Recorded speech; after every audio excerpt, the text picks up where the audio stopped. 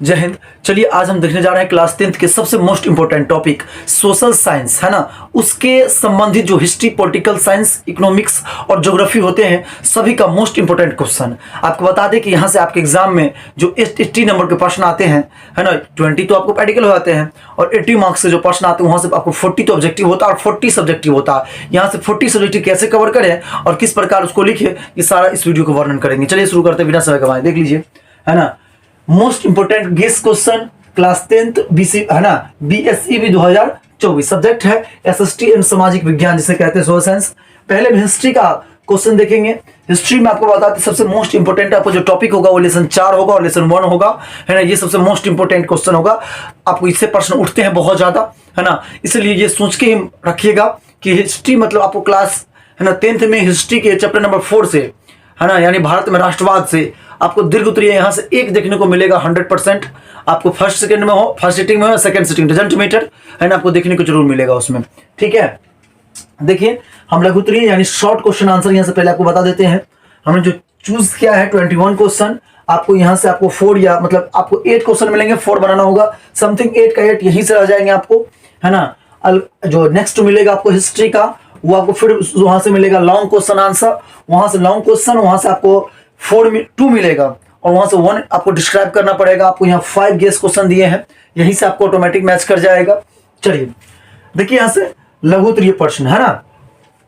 पहला क्वेश्चन हमने चूज किया है कि जर्मनी के एकीकरण में क्या बाधाएं थी, यानी जर्मनी के एकीकरण में क्या बाधाएं था। जर्मनी के एकीकरण जो हो रहा था, मिलाप, उसमें क्या बाधाएं सब आया, उसके बारे में बताने के लिए। दूसरा, है ना, मेजनी कौन था, मेजनी कौन था, है ना, मेजनी कौन था, कहाँ का था, इटली का था कि जर्मनी का था, है ना, वो पेशे से क्या था, साहित्यकार था, नाविक था, क्या था, सारा चीज आपको बताना है।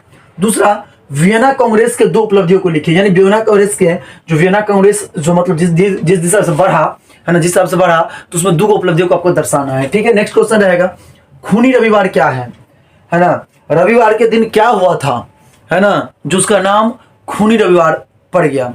क्या जालियांवाला बाग हत्याकांड से रिलेट करता है क्वेश्चन, है ना। आपको इस थॉट के साथ आपको याद करना पड़ेगा, है ना। हम आपको बोलिएगा तो एक वीडियो में डिस्क्राइब भी कर देंगे और सारा प्रश्नों को आपको याद करने का जो थी झंझट खत्म हो जाएगा।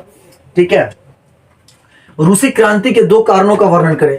रूसी क्रांति के 2 कारणों को आपको लिखिए। लिखिए, कार्ल मार्क्स कौन था, कार्ल मार्क्स कौन था, क्या समाजवादी यूटोपियन था, है ना, क्या उनके पिता का नाम हेनरिक मार्क्स था, है ना, कौन था हेनरिक मार्क्स, है ना। इस तरह से आपको कार्ल मार्क्स के बारे में पूरा जानकारी इकट्ठा करके रखना है ना, और उसको पढ़ लेना, 2-3 बार रीडिंग मार दीजिएगा कार्ल मार्क्स के बारे में, तो आपका थॉट जो होता है ना, वो ऑटोमेटिक आपको पूरा क्या हो जाएगा, है ना, बैठ जाएगा उसमें, है ना। कब का वैज्ञानिक था, क्या था, है ना, इस तरह से आपको बताना है। क्या क्या नीति दिया था वो भी आपको याद होना चाहिए। 6 नीति दिया था, 5-6 नीति दिया था, उसमें कौन सा दिया था वो आपको याद होना चाहिए।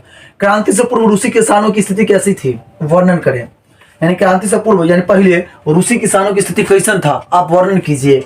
नेक्स्ट है नापाम और एजेंट ऑरेंज क्या था।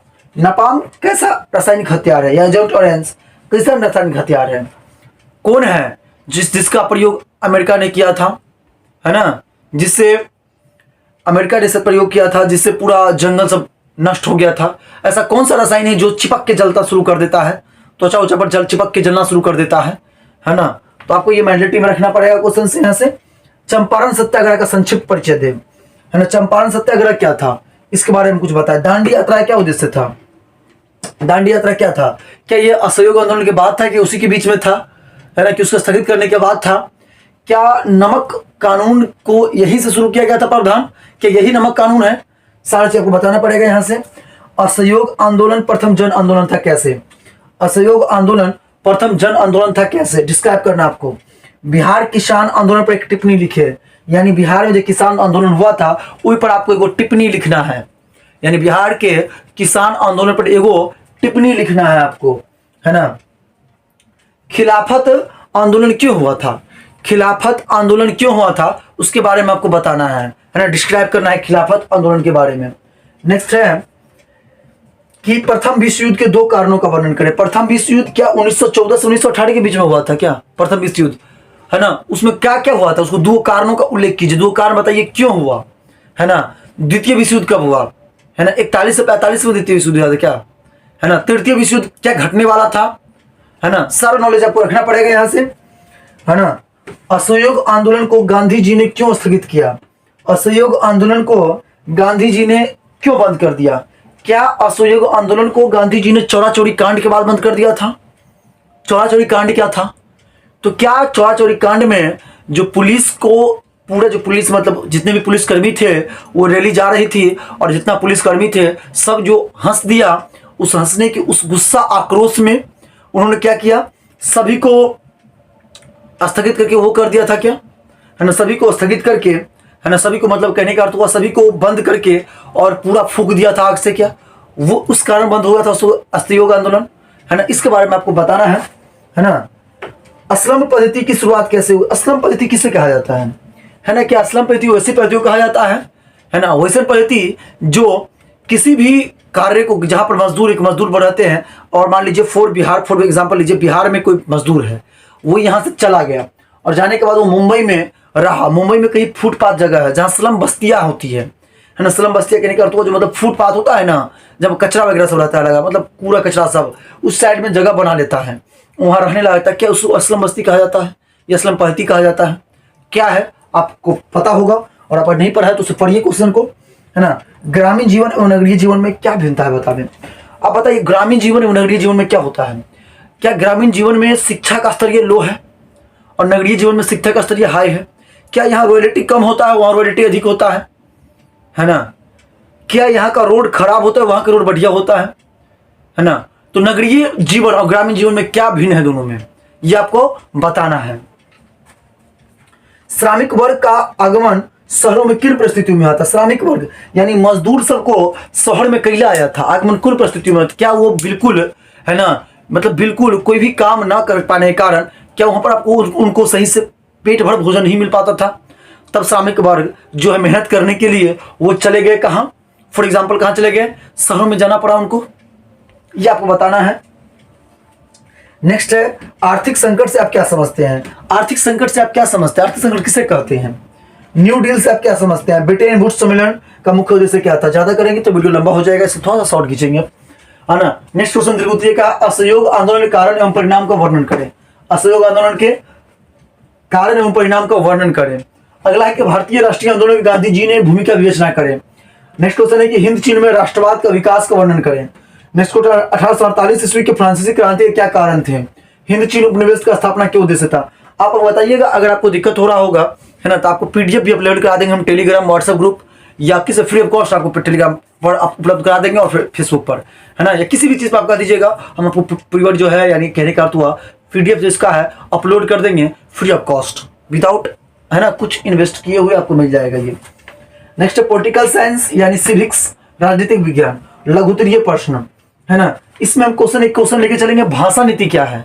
भाषा नीति क्या है? क्वेश्चन भी इंपॉर्टेंट क्वेश्चन होगा, भाषा नीति क्या है। नेक्स्ट पहला क्वेश्चन शुरू करते हैं। इसमें सत्ता की साझेदारी लोकतंत्र में क्या महत्व रखती है?